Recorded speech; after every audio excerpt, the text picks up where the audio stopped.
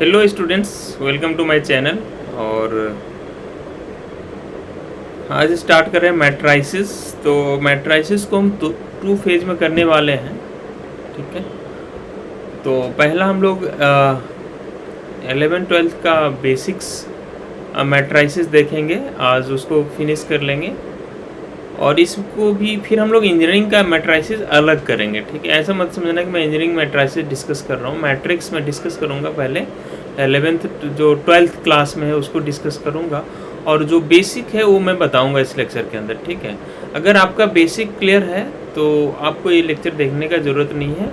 इसके बाद next lecture हम करने वाले हैं डिटर्मिनेंट्स, उसके बाद ट्रिक्स हम करने वाले हैं मैट्राइसिस का। और इतना ज़्यादा ट्रिक बताऊंगा तुम ये सोचो नदियाँ बहा दूंगा, तुम नदी बहा दूंगा पूरा मैट्रिक्स के ट्रिक का।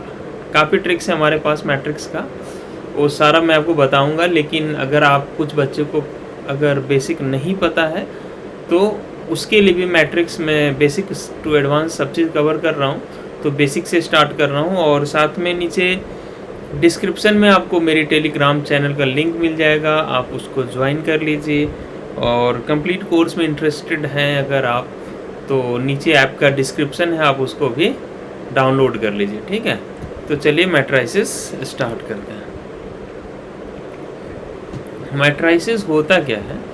मैट्राइसिस नंबर्स को रोज और कॉलम्स में लिखने का एक फैशन है। जैसे यहाँ पे देखिए, हमने कुछ नंबर्स ले लिए 2, 4, 6, इसको एक रो में लिख लिया। दूसरा 3, 5, 9 और 1, 4, -1, इसको 3 रो में लिख लिया। उसी तरीके से हमने 3 कॉलम 2, 3, 1, 4, 5, 4 एंड 6, 9, -1, 3 रो और 3 कॉलम में हमने एलिमेंट्स को लिख लिया है, ठीक है। तो इसे हम बोलेंगे एक 3x3 का मैट्रिक्स है, ठीक है। उसी तरीके से 3x3 लिखने का मतलब है कि इसमें पहले लिखते हैं कितने रोज हैं इसके अंदर, और दूसरा हम लिखते हैं इसके अंदर कितने कॉलम्स हैं। हाँ, तो इसमें 3 रो और 3 कॉलम है, ठीक है। इसलिए हम इसका नाम हमने दिया 3x3, या इसको मैट्रिक्स का ऑर्डर बोला जाता है। जैसे नेक्स्ट है, जैसे 5, 9, 4 लिखा हुआ है, तो इसमें देखो एक ही रो में सारे एलिमेंट्स लिखे हुए हैं, एक ही रो में सारे एलिमेंट्स लिखे हुए हैं 5, 9, 4, ठीक है। लेकिन कॉलम्स 3 है, तो एक रो है और 3 कॉलम है, तो ये इसका ऑर्डर हो गया 1x3, ठीक है। तो ऑर्डर हम अगला अपना हेडिंग ऑर्डर ही है, तो ऑर्डर इन जनरल m×n के फैशन में लिखते हैं। m यहाँ पे होता है कि उस मैट्रिक्स के अंदर कितने रोज है, that is number of rows, और n हमें बताता है उस मैट्रिक्स के अंदर कितने कॉलम्स हैं, ठीक है। तो ये इस तरीके से हम लोग किसी मैट्रिक्स का ऑर्डर मेंशन करते हैं। अगला है standard notation of the matrix. अब मैट्रिक्स का स्टैंडर्ड नोटेशन क्या होता है? बहुत टाइम जैसे मैट्रिक्स हमें अगर 3x3 का डिनोट करना है या एज्यूम करना है या क्वेश्चन वाले को मैट्रिक्स देना है, तो ऐसे दे देंगे A = 3x मान लो 2, एक मैट्रिक्स वो देना चाह रहे हैं या उसके बारे में बात करना चाह रहे हैं जिसमें 3 रोज और 2 कॉलम्स है, तो ऐसे लिख देंगे Aij 3x2। और यहाँ जो पहला सबस्क्रिप्ट जो बताता है वो आपका रो नंबर बताता है, दूसरा कॉलम नंबर बताता है। तो आपका यहाँ पे लिख देंगे कि I जो है उसका वैल्यू 1 से बड़ा या बराबर है बट लेस देन 3, और J जो है वो 1 से बड़ा या बराबर बट लेस देन 2, ऐसा लिख देंगे। अब इसको अगर हम एक्सपैंड करके लिखें तो इसका क्या मतलब है? इसका मतलब ये होता है Aij ith रो jth कॉलम, तो इसमें 3 रो हैं, तो हम लोग 3 रो में एलिमेंट्स लिखेंगे और 2 कॉलम में लिखेंगे, ठीक है। तो ये हो गया आपका फर्स्ट रो फर्स्ट कॉलम, ये आपका हो गया फर्स्ट रो सेकंड कॉलम, ये हो गया आपका second row first column, second row second column, third row first column, third row second column. तो इस नोटेशन का, इतने छोटे से नोटेशन का मतलब यही होता है कि एक 3x2 का मैट्रिक्स है जिसका रो नंबर i है, कॉलम नंबर j है, i का वैल्यू 1 से 3 के बीच में होगा। तो देखो फर्स्ट सबस्क्रिप्ट है वो 1 से लेके 3 के बीच में है, जबकि सेकेंड सबस्क्रिप्ट का वैल्यू 1 से 2 के बीच में ही है, तो वो यहाँ लिखा हुआ है। तो मेरे ख्याल से ऐसा कहीं कुछ भी लिखा रहेगा तो आप समझ जाएंगे कि क्या बात कर रहा है। जैसे अगर वो लिख देता है एक मैट्रिक्स B है जो इस तरीके का है Bij, और उसका ऑर्डर हमें उन्होंने बोल दिया कि 3x3 है, तो समझ ही होंगे कि B11, B12, B13, B21, B22, B23, B31, B32, B33 इस तरह का एक 3x3 मैट्रिक्स का बात कर रहा है। तो ये मैट्रिक्स का स्टैंडर्ड नोटेशन था। अब एक क्वेश्चन हमने यहाँ पे ले लिया है, ठीक है। इसमें ऑब्जेक्टिव में अगर आएगा तो इसमें आपका ऑप्शंस दे देगा इसी का। If a matrix has 24 elements, एक मैट्रिक्स के पास टोटल 24 एलिमेंट्स है, what are the possible order it can have, ठीक है। तो 24 एलिमेंट्स है तो इसको कितने तरीके से हम लिख सकते हैं। तो देखो यार, ये तो सिंपली है कि 24 को आप कितने तरीके से दो फैक्टर में लिख सकते हो। जैसे 24 को मैं लिख सकता हूँ 1 इंटू 24, अब इसको 24 इंटू 1 भी लिख सकता हूँ। इसका क्या मतलब है कि अगर मैट्रिक्स का ऑर्डर 1x24 है, मतलब एक ही रो है और कॉलम कितने हैं 24, तो सारे कॉलम ऐसे एक लाइन में लिख दिए होंगे, तो इस मैट्रिक्स का ऑर्डर 1x24 होगा। वहीं अगर 24 रोज 1 कॉलम है तो सारे एलिमेंट्स को एक के नीचे दूसरा वर्टिकली ऐसे कर करके हम लिख दिए होंगे, तो इसका 24x1 होगा। ऐसे ही 24 को मैं लिख सकता हूँ 8x3 और 3x8। मतलब समझ गए होंगे कि मैट्रिक्स के अंदर या तो हम 8 रोज लिख लें और 3 कॉलम्स लिख लें, या 3 रोज लिख लें और 8 कॉलम्स लिख दें। तो ये हो सकता है, मतलब 4 से भी जाएगा, 4 इंटू 6, 6 इंटू 4। अब 4 के बाद अगला नंबर 6 है जो कि लिख चुके हैं, तो और कोई फैक्टर आपको इसको 2 फैक्टर में ब्रेक नहीं कर सकते। तो कितने ऑर्डर हो गए 1 2 3 4 5 6, देयर आर 6 पॉसिबल ऑर्डर्स, ठीक है। सेकेंड पार्ट है इसी में, what if it has 13 elements. क्या होगा अगर इस मैट्रिक्स के पास 13 एलिमेंट्स होगा। तो 13 एलिमेंट्स, 13 को 2 फैक्टर आप कैसे लिख सकते हैं, 1x13 या 13x1। तो अगर 13 एलिमेंट्स है तो 2 ही पॉसिबल ऑर्डर है, 2 ही मैट्रिक्स पॉसिबल है, ठीक है। मैंने मैट्रिक्स का 2 ही ऑर्डर पॉसिबल है। अगला सेम तरीके का क्वेश्चन है, if matrix has 18 elements, what are the possible orders it can have, and what if it has 5 elements. तो इसे मैं आपको होमवर्क दे देता हूँ, ठीक है। चलिए आगे बढ़ते हैं। अब जो अगर आप ऑब्जेक्टिव एग्ज़ाम के लिए प्रिपेयर कर रहे हो, फिर मैं बोला कि और आपका बेसिक क्लियर है, तो अभी जो बता रहे हैं इस पार्ट को आप लीव कर सकते हैं। अगर आप बेसिक क्लियर नहीं है तो आप इसको देख लीजिए क्या है। मैं बोला हूँ कि मैट्रिक्स का ट्रिक्स वगैरह जस्ट डिटर्मिनेंट फिनिश होने के बाद दोनों का मिला के मैं बहुत सारे ट्रिक बताने वाला हूँ, लेकिन अभी कुछ बेसिक बात कर रहे हैं। Construct a 2x2 matrix. हाँ, और देखो जो मैं आपको स्टैंडर्ड नोटेशन बताया था वो यहाँ पे आ ही गया Aij में, ठीक है। कुछ एलिमेंट्स आर गिवन बाई, अब इन्होंने एलिमेंट्स का हमें फॉर्मूला दे दिया है, क्या, i plus j whole square divided by 2। तो 2x2 का मैट्रिक्स बनाना है। जैसे फर्स्ट क्वेश्चन में ट्राई करता हूँ, तो 2x2 का A11 A12, ये पहला सबस्क्रिप्ट हमें रो नंबर बताता है, दूसरा column number, first row first column second column, वैसे ही second row first column second row second column, ठीक है। अब इसे हमें कैसे लिखना है, जैसे मैं लिखना चाह रहा हूँ A11, तो क्या होगा 1 + 1 का होल स्क्वायर बाई 2, 1 + 1 का होल स्क्वायर कितना होगा 2 स्क्वायर बाई 2 कितना होगा 2। सिमिलरली A12 लिखना चाहता हूँ तो ये हो जाएगा 1 + 2 का होल स्क्वायर बाई 2, तो ये आपका आ जाएगा 9/2, है ना। सिमिलरली A21 भी 9/2 ही आ जाएगा, और A22 आपका आ जाएगा कितना आ जाएगा 2 + 2 का होल स्क्वायर बाई 2, ये हो गया 8। अब इसमें एलिमेंट्स आप लिख दो, A11 is 2, A12 is 9/2, A21 9/2 और 8। ये आपका मैट्रिक्स बन के तैयार है। सिमिलरली यहाँ सेकेंड क्वेश्चन है, तो इसमें क्या होगा, i/j है ना, i/j।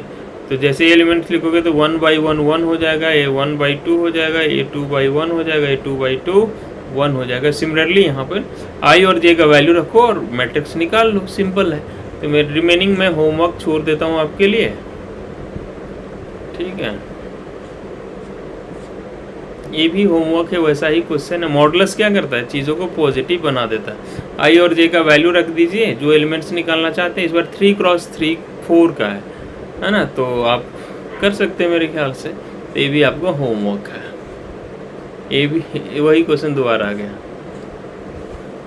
अब आते हैं टाइप्स ऑफ मैट्रिसेस। डेफिनेटली किसी एग्जाम में क्वेश्चन नहीं आता, लेकिन एग्जाम में अगर कोई क्वेश्चन देगा तो इस तरह का टर्मिनोलॉजी आपसे यूज कर सकता है कि एक कॉलम मैट्रिक्स है, ये है, तो आपको ये समझना पड़ेगा कि कॉलम मैट्रिक्स क्या होता है, रो मैट्रिक्स क्या होता है। वो मैं बताता हूँ। जिस मैट्रिक्स में एक ही कॉलम हो, सारे एलिमेंट्स एक सिंगल कॉलम के अंदर लिखे हों, वैसे मैट्रिक्स को हम बोलते हैं कॉलम मैट्रिक्स। जैसे 2 5 9, इसमें 3 रो है और 1 कॉलम है। जैसे 4 3 1 2, इसमें 4 रो और 1 कॉलम। रो कितने भी हो सकते हैं, कॉलम एक ही होगा, इसी को बोलते हैं कॉलम मैट्रिक्स। इससे ज़्यादा इसमें कोई ज़रूरत है नहीं। सिमिलरली रो मैट्रिक्स आप बता ही दोगे कि उसमें एक ही रो होगा। लाइक 5 4 2, इसमें कितने रो है, 1 रो और 3 कॉलम होते हैं। इसका ऑर्डर 1×3 हो गया। जैसे मैं लिख दूँ 6 -1 0 9, इसमें 1 रो और 4 कॉलम है, तो इसका 1×4 हो गया। तो रो मैट्रिक्स का मतलब है 1 रो होना चाहिए, कॉलम कितने भी हो सकते हैं। अब आता है स्क्वायर मैट्रिक्स। जैसे ज्योमेट्री के अंदर स्क्वायर का जो मतलब होता है कि लेंथ और ब्रेथ क्या होता है, स्क्वायर का इक्वल होता है, उसी तरीके से इसमें नंबर ऑफ रोज और नंबर ऑफ कॉलम्स इक्वल होंगे तो उसको बोलेंगे स्क्वायर मैट्रिक्स। जैसे मैं ये लिख दिया मैट्रिक्स, ये 1 रो और 1 कॉलम है, this is an example of square matrix. 2 -1 5 4, ये 2×2 का स्क्वायर मैट्रिक्स है।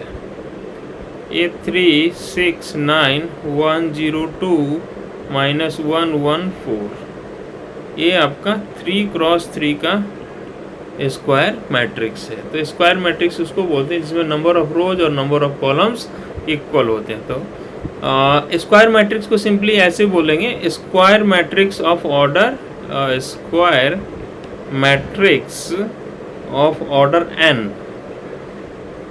ठीक है, तो इसका मतलब ये है कि ये n×n के बारे में बात कर रहा है। अगर बोलेगा स्क्वायर मैट्रिक्स ऑफ ऑर्डर 3, तो 3×3। स्क्वायर मैट्रिक्स ऑफ ऑर्डर 2, मतलब मैट्रिक्स में 2 रोज और 2 कॉलम्स है, दैट इज 2×2। तो स्क्वायर मैट्रिक्स अब समझ गए हैं। तो नेक्स्ट हमें बात करना है अगला डायगोनल मैट्रिक्स का। तो डायगोनल मैट्रिक्स क्या होता है, उससे पहले आपको डायगोनल एलिमेंट क्या होता है वो समझाते हैं। देखो डेफिनेशन तो लिख ही दिया हमने यहाँ पर, square matrix having non diagonal elements equal to 0। लेकिन आप पहले समझो कि डायगोनल एलिमेंट्स होते क्या हैं। डायगोनल एक छोटा सा मैट्रिक्स ले लेते हैं, है ना। तो A11 A12 A21 A22 इस तरह का मैट्रिक्स। तो ये जो एलिमेंट्स है ना, इसे हम लोग बोलते हैं डायगोनल एलिमेंट्स, या प्रिंसिपल डायगोनल भी बहुत बुक में रेफर किया जाता है इसको। तो ऐसा है ना, इसको नहीं बोलते, इसको बोलते हैं ऑफ डायगोनल एलिमेंट्स, और इसको बोलते हैं प्रिंसिपल डायगोनल एलिमेंट्स। इसमें देखो A11 A22, अगर उसी तरीके से मैं अगर 3×3 मैट्रिक्स ले लूँ तो होगा A11 A12 A13 A21 A22 A23 A31 A32 A33। एक 3×3 का मैट्रिक्स यहाँ पे आया है, ठीक है। तो ये जो एलिमेंट्स हैं इनको हम लोग बोलते हैं डायगोनल एलिमेंट्स। तो आप इसके लोअर सबस्क्रिप्ट को देख सकते हो, A11 है, A22 है, A33 है। तो आप बोल सकते हो AII टाइप एलिमेंट्स को हम लोग बोलते हैं डायगोनल एलिमेंट, जिसका रो और कॉलम नंबर दोनों सेम हो, ठीक है। तो अब अब और डेफिनेशन पे आ सकते हैं। डायगोनल मैट्रिक्स, डायगोनल मैट्रिक्स उसको बोलते हैं जिसमें नॉन डायगोनल एलिमेंट्स जीरो हो जाए। तो नॉन डायगोनल एलिमेंट्स कौन सा है? अब इस मैट्रिक्स में आ जाओ तो ये डायगोनल है, तो ये दोनों नॉन डायगोनल मैट्रिक्स है और ये दोनों क्या हो जाएंगे? जीरो। जैसे ये एक डायगोनल मैट्रिक्स अगर हम बोले इसको, तो ये तीनों को छोड़ के बाकी सबके सब क्या हो जाए? जीरो हो जाए, तो इसको बोलेंगे डायगोनल मैट्रिक्स। अच्छा, इसका मतलब ये बच्चे इसको क्या समझ लेते हैं कि सर ये सब के सब जीरो होंगे, हाँ, और यहाँ पर कोई नंबर लिखा होगा नॉन जीरो। नहीं भाई, ऐसा नहीं है, ये सब के सब जीरो हैं और इसका कोई गारंटी नहीं है। जो डायगोनल पे है वो जीरो हो भी सकते हैं या नहीं भी हो सकते हैं, क्योंकि ये साइलेंट है। उसके बारे में बोला non diagonal elements equal to zero, तो बच्चा खुद से समझ लिया कि नॉन डायगोनल जीरो मतलब डायगोनल एलिमेंट्स नॉन जीरो। नहीं, ऐसा नहीं, डायगोनल एलिमेंट्स के बारे में ये साइलेंट है, मतलब डायगोनल एलिमेंट्स जीरो हो भी सकता है या नहीं भी हो सकता है। ठीक है, जैसे एक छोटा सा एग्जांपल लेते हैं, 0 0 5 0 और 9 क्या बोले? डायगोनल मैट्रिक्स है। हाँ, डायगोनल मैट्रिक्स है, क्योंकि डायगोनल एलिमेंट्स को छोड़ दो, बाकी सब जीरो हैं क्या? हाँ, जीरो है। डायगोनल एलिमेंट्स में जीरो है तो उसे कोई मतलब नहीं, इसे तो देखना ही नहीं हमें। नॉन डायगोनल वाले जीरो हैं, डायगोनल मैट्रिक्स है। डायगोनल एलिमेंट जीरो हो भी सकता है या नहीं भी हो सकता है। अगला है आपका स्केलर मैट्रिक्स। स्केलर मैट्रिक्स क्या है? A diagonal matrix is said to be a scalar matrix if all its diagonal elements are zero। अब बात करना, बात समझना जरा। सबसे पहले हमने बात किया स्क्वायर मैट्रिक्स, तो डायगोनल मैट्रिक्स ना सिर्फ स्क्वायर मैट्रिक्स में ही होता है ना, तो स्क्वायर मैट्रिक्स ही डायगोनल हो सकता है, ऐसे किसी मैट्रिक्स को डायगोनल मैट्रिक्स नहीं बोल देंगे। ठीक है, अगर स्क्वायर मैट्रिक्स है और उसके अंदर नॉन डायगोनल एलिमेंट जीरो है, then it is called the diagonal matrix. अब स्केलर मैट्रिक्स एक डायगोनल मैट्रिक्स का स्पेशल टाइप है। पहले स्क्वायर, स्क्वायर का स्पेशल टाइप डायगोनल। अब डायगोनल मैट्रिक्स का स्पेशल टाइप क्या होता है? Scalar matrix. स्केलर मैट्रिक्स उसको बोलते हैं अगर उसके सभी डायगोनल एलिमेंट्स इक्वल आ जाए। लाइक अगर मैं डायगोनल एलिमेंट्स लिख दूँ 2 2 2 और बाकी सबको जीरो होना तो है ही। This is an example of scalar matrix. जैसे 5 5 5 बाकी सारे एलिमेंट्स क्या कर दो? जीरो। तो ये डायगोनल है, मतलब नॉन डायगोनल जीरो होगा और डायगोनल में जितने एलिमेंट्स हैं सबका वैल्यू क्या होना चाहिए? Equal, then it is called the scalar matrix. तो स्केलर मैट्रिक्स आप समझ गए होंगे। अगला आइडेंटिटी मैट्रिक्स। आइडेंटिटी मैट्रिक्स क्या होता है? स्केलर मैट्रिक्स का स्पेशल टाइप। देखो इसमें वो चल रहा है, पहले square matrix, square special type of square matrix is called diagonal, special type of diagonal is called scalar, special type of scalar is called identity. अब स्केलर मैट्रिक्स में, अगर स्केलर मैट्रिक्स में उसको आइडेंटिटी बोलेंगे if all its diagonal element equal to 1। हमने बोला था scalar में सबके सब क्या होने चाहिए? इक्वल। अब की बार इक्वल में भी क्या होना चाहिए? सबके सब इक्वल 1।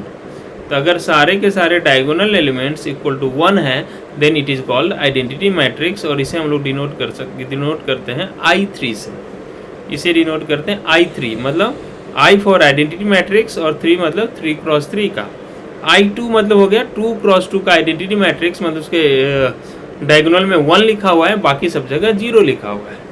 IN मतलब n क्रॉस n का एक डायगोनल मैट्रिक्स है, जिसमें आइडेंटिटी मैट्रिक्स है, मतलब n क्रॉस n का मैट्रिक्स है जिसमें सारे डायगोनल एलिमेंट्स 1 है और रिमेनिंग एलिमेंट्स 0 है। तो ठीक है, ये आपको समझ में आ गया। अगला है जीरो मैट्रिक्स। जीरो मैट्रिक्स क्या होता है? इसके सारे एंट्री 0 होने चाहिए। अब एक बार और बता दो, ये जीरो मैट्रिक्स है ना, ये आइडेंटिटी, ये स्क्वायर होना जरूरी नहीं है, ये भी एक जीरो मैट्रिक्स है। ठीक है, तो वो जो सीरीज चल रहा था वो ख़त्म हो गया। सीरीज क्या चल रहा था?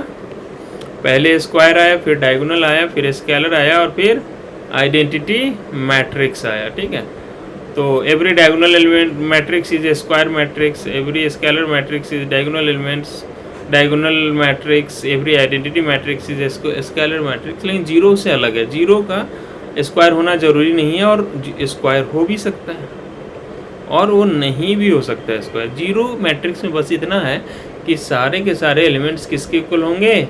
जीरो के। तो ये तो अपना टाइप्स ऑफ मैट्रिसेस। होप इसको आप अच्छे से समझ गए होंगे। अभी भी हम बेसिक ही बात कर रहे हैं। ट्रिक्स की नदियाँ बहेगी डिटर्मिनेंट कवर होने के बाद। आगे बात करें equality of two matrices. Two matrices को इक्वल कब बोलते हैं? Matrix A and B are said to be equal अगर उसमें पहले तो दोनों का ऑर्डर सेम होना चाहिए। एक 2x3 का मैट्रिक्स एक 4x2 के मैट्रिक्स के इक्वल नहीं हो सकता। ऑर्डर एग्जैक्टली सेम होना चाहिए, पहली बात। दूसरी बात, इसमें ए होना चाहिए कि सारे element, each element of A equal to corresponding element of B, ऐसा होना चाहिए। जैसे देखो एक एग्जांपल के थ्रू समझते हैं, काफ़ी आसान सा कॉन्सेप्ट है।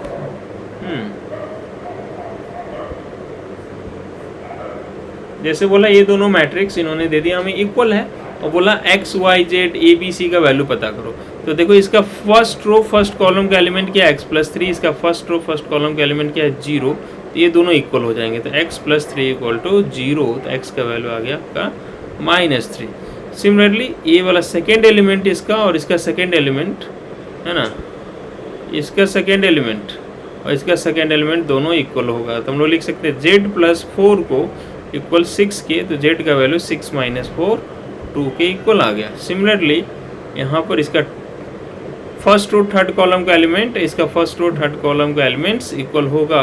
तो हम लोग लिख सकते हैं 2y - 7 इक्वल टू 3y - 2। अब -2 को इधर ले आओगे तो -7 + 2 -5 हो जाएगा।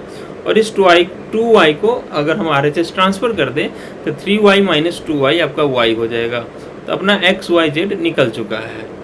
सिमिलरली यहाँ वाले एलिमेंट को अगर हम कंपेयर कर ले a-1 को 3 से, तो अपना a आ जाएगा a-1 इक्वल टू -3। तो a का वैल्यू -3 + 1 -2।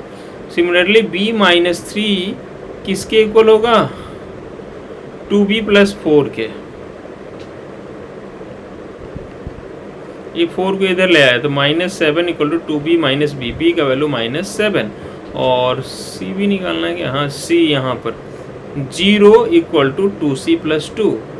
तो 0 इक्वल टू 2c + 2, तो c का वैल्यू यहाँ पर आ जाएगा -1। तो होप आप समझ पाए होंगे कि इक्वलिटी ऑफ मैट्रिसेस का क्या मतलब है।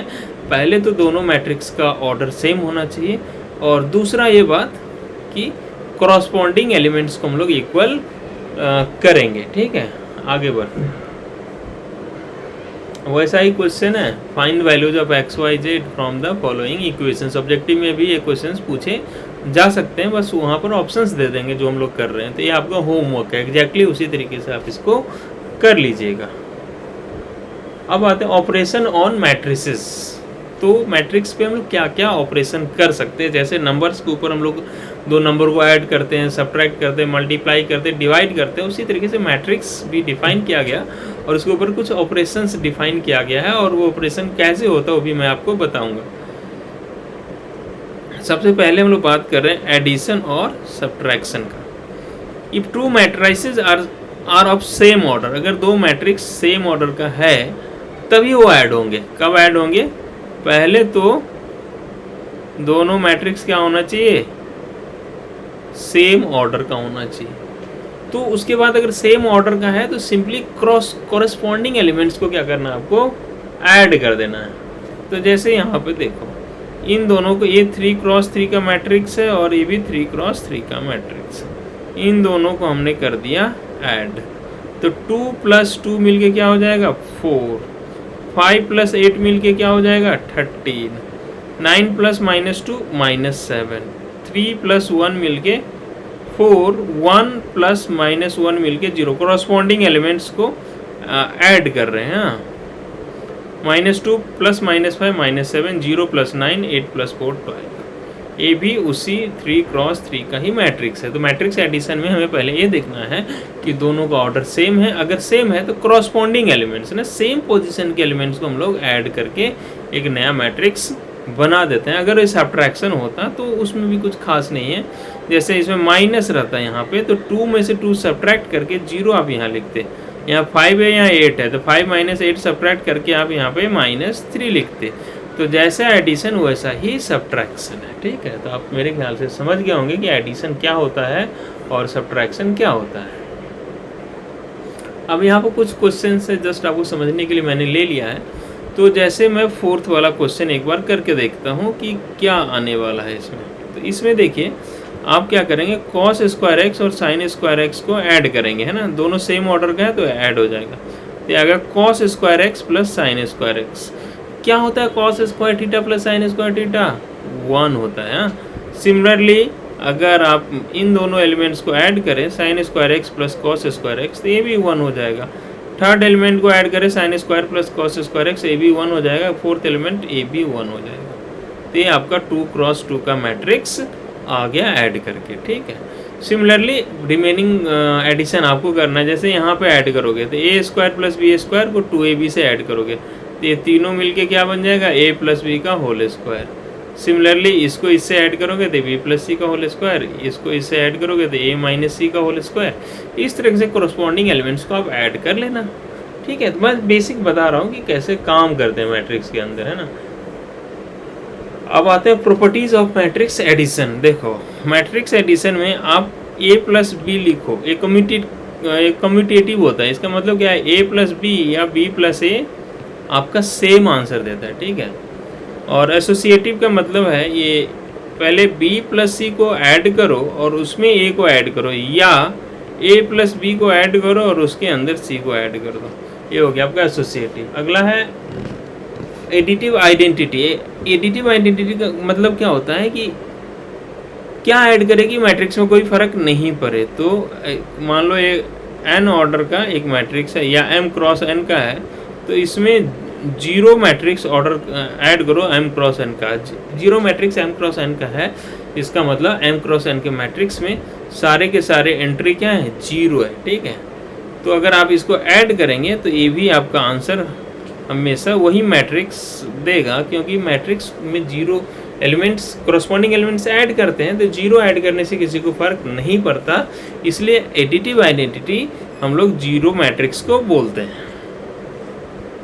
एडिटिव इन्वर्स, जैसे 5 का इन्वर्स एडिटिव इन्वर्स -5 होता है, 9 का एडिटिव इन्वर्स -9 होता है, उसी तरीके से ए अगर कोई मैट्रिक्स है इसका एडिटिव इन्वर्स -a होगा, जिसको ऐड करने से आपको जीरो मैट्रिक्स आ जाए, ठीक है। तो ये बात आप समझ गए होंगे। अब इसमें एक कॉन्सेप्ट होता है मल्टीप्लिकेशन विथ स्केलर, ठीक है। किसी मैट्रिक्स को स्केलर से मल्टीप्लाई करते हैं, तो वो कैसे करते हैं वो मैं आपको बताता हूँ। पहले आप क्या करेंगे, 2 से, जैसे एलिमेंट 2 है और इसे हमें इस मैट्रिक्स को मल्टीप्लाई करना है, तो इसमें क्या करना है आपको, सारे एलिमेंट्स को 2 से मल्टीप्लाई कर दो, ठीक है। तो यहाँ पर मैं क्या कर रहा हूँ, जस्ट अ मिनट, हाँ, तो ये आपका आ जाएगा 2 × 3 6, 2 × 5 10, 2 × 2 4, 2 × 9 18, 2 × 7 14, 2 × 3 6। ये हो गया आपका स्केलर से मल्टीप्लिकेशन, ठीक है। सारे एलिमेंट को सिंपली मल्टीप्लाई कर देते हैं और कुछ खास है नहीं। एक क्वेश्चन हमने यहाँ पे ले लिया, if x × 2 3 y × this = 10, 5 find x and y। तो कुछ नहीं करना, देखो यहाँ पर एक स्केलर नंबर है जो इसको मल्टीप्लाई कर रहा है, तो क्या होगा, सारे मैट्रिक्स के सारे एलिमेंट से मल्टीप्लाई हो जाएगा। तो x × 2 2x और x × 3 3x, ऐसा है क्या। सिमिलरली सेकेंड वाले मैट्रिक्स में क्या मल्टीप्लाई हो रहा है, y, तो y से दोनों एलिमेंट्स मल्टीप्लाई हो जाएंगे, तो -y और y = गिवन है 10, 5। दोनों मैट्रिक्स को पहले हमने एक स्केलर नंबर से मल्टीप्लाई कर लिया। आगे क्या करना है आपको, दो मैट्रिक्स को ऐड करना है, एक 2 रोज 1 कॉलम, दोनों सेम ऑर्डर का है तो ऐड हो जाएगा। ऐड कैसे करते हैं, कोरस्पॉन्डिंग एलिमेंट्स को ऐड, 2x में क्या ऐड कर दोगे, -y, और 3x में क्या ऐड कर दोगे, +y। ये आपका आ गया 10, 5, ठीक है। उसके बाद कोरस्पॉन्डिंग एलिमेंट्स को क्या करना है, इक्वल करना है, तो 2x - y को इक्वल कर दिया 10 से, और 3x + y को इक्वल कर दिया इसको 5 से। अभी हम लोग देखे थे कि दो मैट्रिक्स का इक्वलिटी कैसे हम लोग डिफाइन करते हैं, तो कॉरस्पॉन्डिंग एलिमेंट्स को ऐड कर देते हैं। अब इसको सॉल्व नहीं कर लेंगे, ये तो क्लास 10th का क्वेश्चन बन गया कि अगर एक्स वाई है तो कैसे उसको ऐड करते हैं। तो इन दोनों को सिंपली क्या करो, आप ऐड कर दो। ऐड करने से क्या होगा, minus y plus y cancel out, 2x plus 3x 5x, 10 plus 5 15। तो x का वैल्यू आ गया आपका 15/5, x का वैल्यू 3। जैसे ही x आया 3 तो उसको पहले इक्वेशन में रख देते हैं। तो वो क्या है, 2x minus y equal to 10 और x की जगह रख दिया 3। तो 2 into 3 minus y equal to 10। तो यहाँ पर 6, 2 इंटू 3 और 10 को इधर से इधर ले आते हैं या y को इधर, तो y का वैल्यू -4। तो अपना आ गया x3 एंड y -4। ठीक है, तो इस तरीके से आप मैट्रिक्स का बेसिक यूज करेंगे। एक और क्वेश्चन हमने ले लिया। अब 2x plus 3y equal to एक मैट्रिक्स गिवन है। अब देखो, अब यहाँ पर बहुत बच्चे ना एक्स वाई को समझ लेते हैं स्केलर। एक्स वाई स्केलर नहीं है यार। स्केलर कौन है, 2 3 और ये एक्स में मल्टीप्लाई है।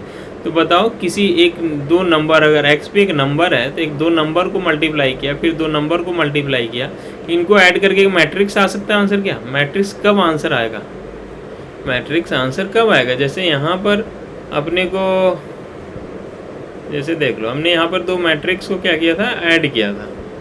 ठीक है, यहाँ पर देखो, यहाँ पर अपना आंसर मैट्रिक्स आया। तो कब आया, जब दो मैट्रिक्स को ऐड किए हैं।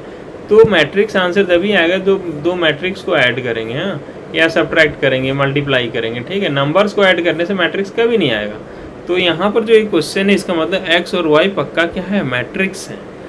तो अब हमें एक्स और वाई पता करना है। तो क्या करते हैं, लेकिन आप मैट्रिक्स को ना जस्ट एक्स वाई वेरिएबल को जैसे ट्रीट करते हैं वैसे आप ट्रीट कर सकते हैं। तो अपने पास दो इक्वेशन है। एक इक्वेशन है 2x plus 3y equal to, ऐसा कुछ लिखा हुआ है 2 3 4 0, और दूसरा है 3x plus 2y equal to 2 -2 -1 5, ऐसा कुछ लिखा हुआ है। ठीक है, अब क्या करते हैं, अब इसको जैसे 10th क्लास में सॉल्व करते थे। सपोज हम x हटाना चाहते थे, x का कोफिशिएंट 2 है और a 3 है। तो इस इक्वेशन को मैं 3 से मल्टीप्लाई करता हूँ, इस इक्वेशन को 2 एज्यूम करके मैं इसे 2 से मल्टीप्लाई कर देता हूँ। पहला एक को इक्वेशन 1 माना, उसे 3 से मल्टीप्लाई कर दिया। सेकेंड को मैंने इक्वेशन 2 माना, उसको 2 से मल्टीप्लाई कर दिया। तो फर्स्ट इक्वेशन कितना हो जाएगा, 3 into 2 6x, 3 into 3y 9y, और 3 से मल्टीप्लाई किया तो 6 9 12 0। इसको 2 से मल्टीप्लाई करते हैं, 6x 4y 4 -4 -2 10। अब इसको क्या करते हैं, सब्ट्रैक्ट कर देते हैं। इसको इक्वेशन 3 बोल देते हैं, इसको 4। अब देखो दोनों जगह 6x आ गया, तो 3 में से 4 को सब्ट्रैक्ट कर देते हैं। तो साइन चेंज कर दिया, इससे ये चला गया 9y - 4y 5y। दो मैट्रिक्स को हमें यहाँ पर क्या करना है, सब्ट्रैक्ट करना है। तो कैसे सब्ट्रैक्ट करते हैं, क्रॉसपॉन्डिंग एलिमेंट्स। तो 6 में से 4 गया 2, 9 में से -4 गया 13, 12 में से -2 गया 14, और 6 में से 10 गया -4। अब y आ गया इतना, तो ये 5 है, तो 5 को इधर से उधर ले जाते हैं, तो हो जाएगा 1/5 2 13 14 -4। अब 1/5 है, इसको क्या करेंगे, यहाँ पर जो किसी scalar 1/5 is just like a scalar number, और किसी स्केलर नंबर से आप मैट्रिक्स को मल्टीप्लाई करते हैं तो क्या होता है, सारा एलिमेंट मल्टीप्लाई हो जाता है। तो हो जाएगा आपका 2/5 13/5 14/5 एंड -4/5। ये आपका आंसर होगा। अब जैसे ही y आया, अब किसी एक इक्वेशन में y की जगह ये रख दीजिए और आप इसको सॉल्व कर लीजिए और आपका x आ जाएगा। तो होप आप इसको अब कर लेंगे। जैसे ये क्वेश्चन है, ए आपको दे दिया, बी दे दिया, बोला find the matrix x such that ऐसा। अब x, ये देखो यहाँ पर x इन्होंने मैट्रिक्स बोल दिया, तो क्या करना है, पहले हमें x निकालना है। तो क्या करते हैं, x को एक तरफ रखते हैं, बाकी सबको दूसरी तरफ ले जाते हैं। तो 5b - 2a, ठीक है, अब x जो है ये 3 इधर मल्टीप्लाई में उधर जाके क्या हो जाएगा, डिवाइड 5b माइनस 2a। अब यही इसका आंसर हो जाएगा। b तो हमें पता है 1/3, और 5 से क्या करना है अपने को, b को मल्टीप्लाई करना है। 5b का मतलब है b को 5 से मल्टीप्लाई करना है, तो इसके हर एलिमेंट को आप क्या करेंगे, 5 से मल्टीप्लाई करेंगे। 2 into 5 10, minus 2 into 5 minus 10, 4 into 5 20, 2 into 5 10, 5 minus 5 into 5 minus 25, 1 into 5 5। एक बड़ा सा ब्रैकेट यहाँ पे दे दे, माइनस 2a, माइनस का 2a, तो इसके हर एलिमेंट को हमें किससे मल्टीप्लाई करना पड़ेगा, 2 से। तो इसको 2 से मल्टीप्लाई करेंगे तो ये आपका आ जाएगा 16, 0 4 को करेंगे तो आ जाएगा 8, माइनस 2 को माइनस 4, 3 को 6 और इसको इतना। अब वो क्या करना है, फॉर्मेलिटी बचा है 1/3। अब सब्ट्रैक्शन है तो करस्पॉन्डिंग एलिमेंट को सब्ट्रैक्ट कर दो। 10 माइनस 16 माइनस का 6, minus 10 minus 0 minus 10, 20 minus 8 12, 10 minus minus 4 14, 25 minus minus 6 तो माइनस का 31, 5 माइनस 12 माइनस का 7, और 1/3 से क्या किया, इसको डिवाइड किया या मल्टीप्लाई किया, तो 1 माइनस 6 इंटू 1/3 क्या होगा, माइनस 2, माइनस 10/3, 12/3 4, 14/3 माइनस 31/3 और माइनस 7/3। तो ये आपका आंसर हो गया। सिंपल ही है।